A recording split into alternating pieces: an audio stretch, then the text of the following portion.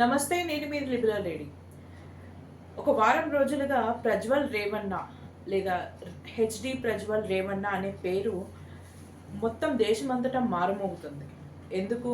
ఆయన ఎంపీగా ఎంతో సేవ చేశాడనా, లేదా బీజేపీ తరపున ఉత్తమమైన క్యాండిడేట్ అనా? రెండూ కాదు. ఆయన పేరు మీద రిలీజ్ అయిన ఒక పెద్ద సెక్స్ స్కాండల్ వల్ల దాదాపుగా 2700కు పైగా వీడియోలు, 300కు పైగా విక్టిమ్స్ ఈ సెక్స్ స్కాండల్లో ఇన్వాల్వ్ అయ్యున్నారు. ఇందులో ఒక జుగుప్సకరమైన విషయం కూడా ఉంది. ఏంటి అంటే, ఆయన ఇంట్లో పనిచేసే 68 ఏళ్ల ఆవిడ ఒక వీడియోలో అతన్ని బతిమాలుకుంటుంది. నేను మీ నాన్నగారికి, తాతగారికి వండి పెట్టాను. నన్ను ఇలా చేయొద్దు. ఇలా రికార్డ్ చేసిన పరువు తీయొద్దు. నా దగ్గరికి రావద్దు అని వేడుకుంటూ ఉన్న వీడియో. హెచ్డి రేవಣ್ణ చాలా పలుకుబడి ఉన్న వ్యక్తి. ఎంత పలుకుబడి అంటే, ఈయన పూర్వ ప్రధానమంత్రి హెచ్డి దేవగౌడ మనవడు. అంటే దేవగౌడ యొక్క ద్వితీయ సంతానమైన హెచ్డి రేవಣ್ణ కుమారుడే ఈ ప్రజ్వల్ రేవಣ್ణ.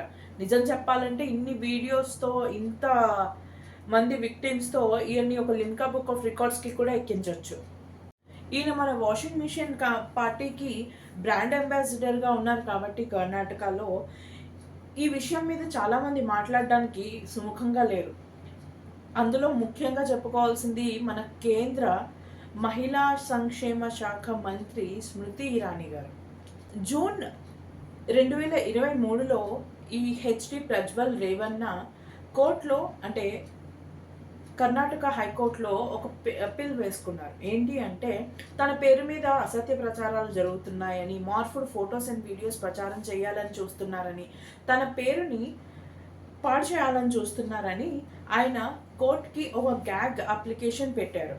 అండ్ మీకు మాకు అయితే కష్టమేమో కానీ ఆయనకి తొందరగానే, అంటే నెక్స్ట్ డేనే హైకోర్టు గ్యాగ్ ఆర్డర్ని ఇచ్చింది.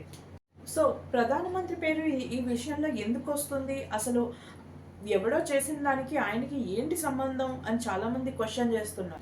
గ్యాగ్ ఆర్డర్ అంటే ఏంటి అంటే, ఒక కోర్టులో నడుస్తున్న కేసు కోసం ఎవరు మాట్లాడకూడదు, పబ్లిక్ ఇంటర్వ్యూలు ఇవ్వకూడదు అని, అలా ఇవ్వడం శిక్షార్హం అని చెప్పి కోర్టు ఇచ్చే ఆర్డర్.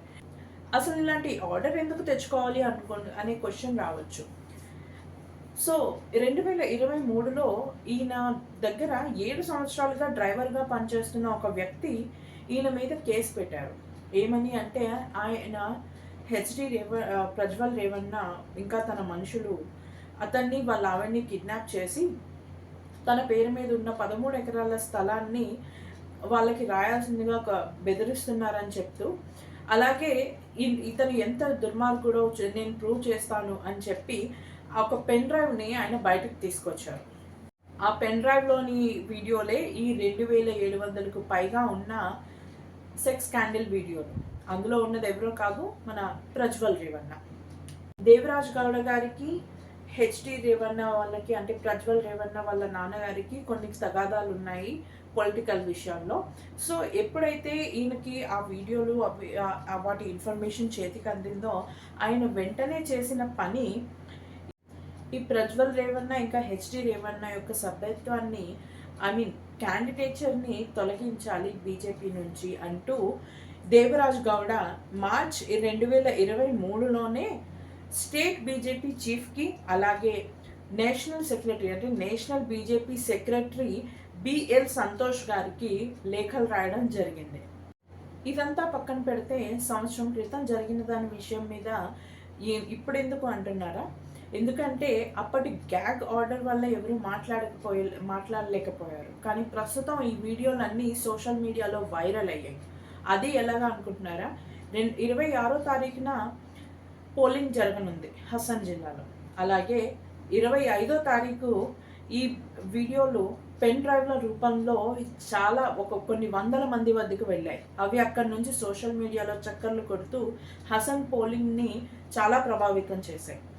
26వ తారీఖున పోలింగ్ అయింది. 27వ తారీఖు ఉదయం 5 గంటలకి ఈ ప్రజ్వల్ రేవಣ್ణ దేశం విడిచి జర్మనీకి పారిపోయారు. ఒక సిట్టింగ్ ఎంపీ ప్లస్ 25వ తారీఖు నుంచే ఇంత రాద్ధాంతం జరుగుతుంది. సంవత్సరం ముందు నుంచే ఈయన మీద క్రిమినల్ కేసులు ఉన్నాయి. అయినా సరే అంత ఈజీగా ఇంటెలిజెన్స్ బ్యూరో వీళ్ళందరూ కూడా ఈయన్ని ఎలా దేశం దాటనిచ్చారు? జూన్ 2023లో జరిగిన ఇష్యూ గురించి ఆయన లేఖలు రాస్తూనే ఉన్నారు, మాట్లాడుతూనే ఉన్నారు. కానీ 2024లో ఈ ప్రజ్వల్ రేవಣ್ణ కోసం మోదీ స్టేజ్ మీద నిలబడి మరీ క్యాంపెయినింగ్ చేశారు. హత్రస్ కేసులో ఏమైందో చూసాం, మహిళా రెజ్లర్ల విషయంలో ఏమైందో చూసాం, ఇప్పుడు ఇది కూడా చూస్తున్నాం. ఇంతకు మధ్యలో చాలా విషయాలు చూసాం. ఒకటి చెప్పండి, ఢిల్లీలో నిర్భయ కేసు విషయంలో ప్రభుత్వాలనే దించిన మనం ఇప్పుడు మాత్రం ఎందుకు ఇంత సైలెంట్గా ఉన్నాం? మీడియా ఎప్పుడైతే పక్షపాత ధోరణిలో వ్యవహరిస్తుందో అక్కడ జనాలు కూడా రోజు క్వశ్చన్ చేసేది, అన్నీ చేసేది అంటే వాళ్ళలో చైతన్యం కలిగించాల్సింది కూడా మీడియా బాధ్యత. మీడియా బాధ్యత ఒక మనిషిని గొప్పగా ఎలా ఉన్నారు అని పొగడటం కాదు, ఎందుకు ఇలా చేసావు, ఎందుకు ఇలా చేయలేదు అని క్వశ్చన్ చేయడం. గుర్తుపెట్టుకోండి, మీరు నేను అందరూ క్వశ్చన్ చేయాలి, ప్రతిదాన్ని ప్రశ్నించండి, దేన్ని గుడ్డిగా నమ్మకండి.